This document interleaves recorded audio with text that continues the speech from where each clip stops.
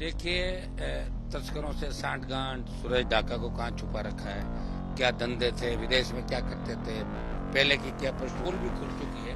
जो सेटलमेंट का कमरा है एसओजी का, अब उस कमरे से घबराहट होने लगी सबको।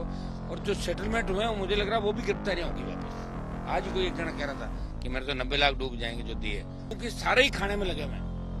कांग्रेस कह रही है अपने भी क्या करना, अभी तो 3.5 साल बाकी है, 1 साल पहले बनाएंगे, 27 के लास्ट में आएंगे और 28 में सरकार बना लेंगे।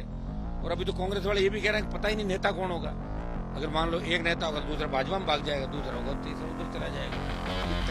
ये आश्चर्य की बात है कि इतना बड़ा आंदोलन हो रहा है, एक भी नेता कांग्रेस का नहीं बोल रहा है। वो तो उल्टा मेरे को कह रहे हैं कि ये तो ऐसे ही राजनीति कर रहे हैं इस आंदोलन। मैं तो हमेशा ही आंदोलन ही कर रहा हूँ। और मैंने क्या किया, मैंने सरकार थोड़ी चलाई।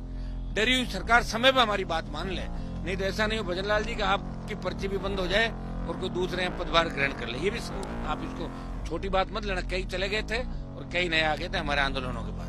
बिश्नोई ने जो कल प्रेस कॉन्फ्रेंस की उसमें आपने देखा था कहना क्या था, निकल क्या रहा था। कोई किसी की शिकायत करो, सीएम खुद की भी जांच करा ली, ध्यान नहीं देता इनको।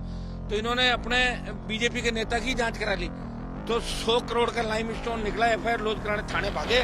तो कहा साहब ये तो आपके खुद के एमएलए साहब है। बोले हैं, बोले इनकी रोको रोको। अरे वो रोको रोको बात हम इस पर करना चाहते हैं। कल रात को बीजेपी दफ्तर में प्रेस कॉन्फ्रेंस हुई और उसमें कहा गया कि हनुमान बेनीवाल ने झूठे आरोप लगाए हैं। व्हाइट हाउस मैंने 27 साल विदेशों में घूमकर और भारत सरकार ने इनाम दिया उससे बनाया है। तो वो हमने सफाई दी, उन्होंने कहा माफी मांगनी चाहिए, नहीं तो हम लीगल भी एक्शन ले सकते हैं।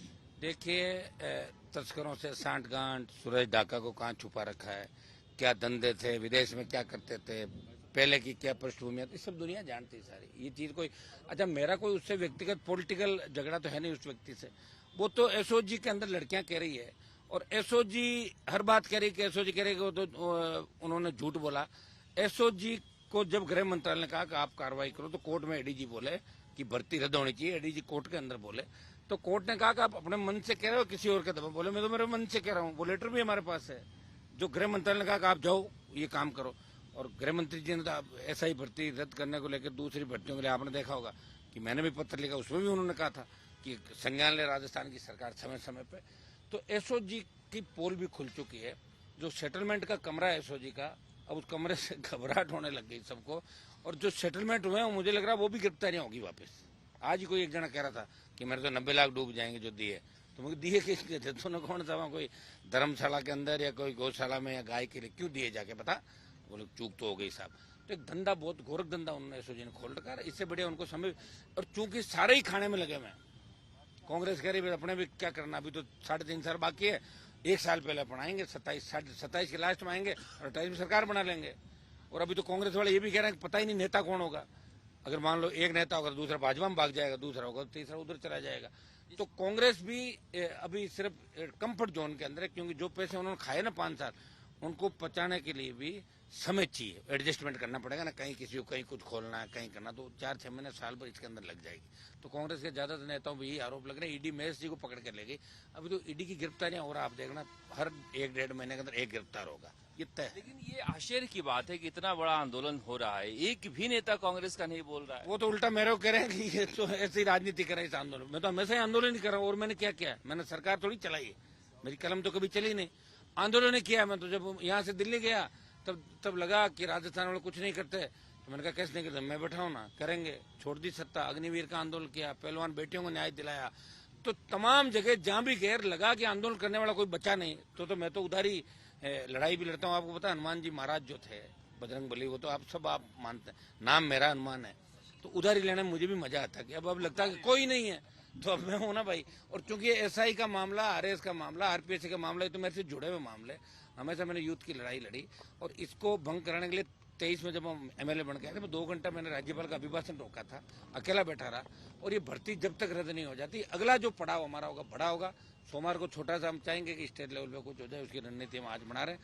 लेकिन अगली जो रैली होगी जयपुर में, वो 1 लाख नेट 1 लाख जवान होंगे। उस समय बैरिकेड और ये सारे नहीं, सरकार के अंदर कल भी देखा कि किस तरह खलबली मची थी गवर्नमेंट के अंदर। डरी हुई सरकार समय पर हमारी बात मान ले, नहीं तो ऐसा नहीं हो भजन लाल जी का आपकी पर्ची भी बंद हो जाए और कोई दूसरे पदभार ग्रहण कर ले। ये भी आप इसको छोटी बात मत लेना। कई चले गए थे और कई नए आ गए थे हमारे आंदोलनों के बाद। ऐसा हो सकता है, 100% होगा, हो क्या सकता है। पक्का ही होगा। ये आंधी तूफान इस बात का संकेत है कि आंधी तूफान और बारिश के हनुमान जी को रोक पा रहे। देखते हैं देखें तो हम लोग कितनी गाते हैं, चलो बैठते हैं हम।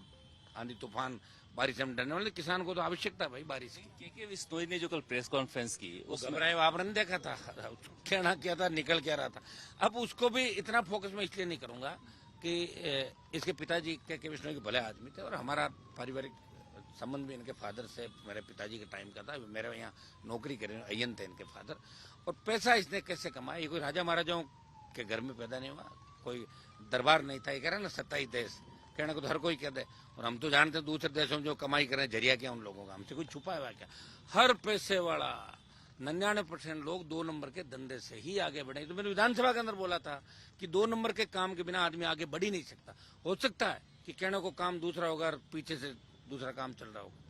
तस्करों का सबसे बड़ा रक्षक कोई अगर राजस्थान में कह सकते हैं तो आज की तारीख में के बिश्नोई ही तस्करों का रक्षक माना जाता है। और सुरेश ढाका इनकी निगरानी के अंदर है। मैं भजन लाल जी से मांग करूंगा कि के बिश्नोई को कह सुरेश ढाका को सरेंडर कराए और उसका नार्को कराए, ताकि और नेताओं की पोल खुले। कुछ आपके भी जाएंगे, कुछ इस पार्टी के भी जाएंगे। लेकिन आप देखिए, अगर बीजेपी के अंदर दम होता तो इस तरह 5-5 नेताओं से प्रेस कॉन्फ्रेंस थोड़ी कराती। और कर किया तो उसके अंदर देखो क्या बोल रहे थे, उनकी तो जबान लड़खड़ाई थी सबकी। कहीं ऐसा नहीं वैसा आरोप लगा दें, दूसरे दिन उसे बड़ा बंडल लेकर हनुमान जी आ जाएंगे। तो जानते हैं सारे के सारे कि मैं तो सबूत और उसके साथ बात करता हूँ। कर दो कोर्ट में केस, मना कौन कर रहा है, बात कर लेंगे, कोर्ट में झगड़ लेंगे, तब सारी पोल खुल जाएगी कि 27 देश में क्या क्या कर रहे हो, शुरुआत कहाँ हुई थी, कहाँ तक जा रहे हो। शुरुआती दौर से ही आ जाएंगे अपन। मेरा कोई उससे व्यक्तिगत झगड़ा थोड़ी है। वो जबरदस्ती कह रहा है। विष्णु वोट नहीं है खींवसर में, मेरे वहां तो 4000 वोट है विष्णु को, मात्र 4000 में से 55% मेरे साथ थे, 45 4 या 4.5 होंगे और 45% वोट बीजेपी के अंदर के। ये घुमा तो कोई 25-30 वोट का फर्क पड़ गया, इससे ज्यादा नहीं पड़ता। और परमानेंट ये भी कह रहे हैं कि खींवसर में जो कार्रवाई कर रहे हैं हम खनन के खिलाफ और चाहता हूँ करोड़ों के पेनाल्टी लगा रहे हैं। में भारतीय जनता पार्टी के एक नेता के यहाँ पे जब कार्रवाई की पर्ची सीएम के यहाँ गई, यहाँ तो आपको पता है कि सीएम के यहाँ तो कुछ भी हो जाता है। कोई किसी की शिकायत करो, सीएम खुद की भी जांच करा ली, ध्यान नहीं रहता इनको। तो इन्होंने अपने बीजेपी के नेता की जांच करा ली, तो 100 करोड़ का लाइम स्टोन निकला, एफआईआर लॉन्च कराने थाने भागे। तो कहा साहब ये तो आपके खुद के एमएलए साहब है। बोले हैं, बोले इनकी रोको। अरे वो रोको एमएलए साहब बड़े। इन्होंने अपने विधायक की ही रोक दी। विधायक का कोई 100 करोड़ का लगभग एक मामला था जिसमें 20 बीघा के अंदर इलीगल माइनिंग कर ली। जब जांच चल रही थी तो उसमें ये तो लिखा नहीं होता कि आरएलपी 1 बीजेपी, 4 5 7 होंगे, 2 इनकी कार्रवाई, 3 किसी की। लेकिन मैंने तो कभी पक्ष ऐसी बात करी नहीं, मेरी खुद की जांच कर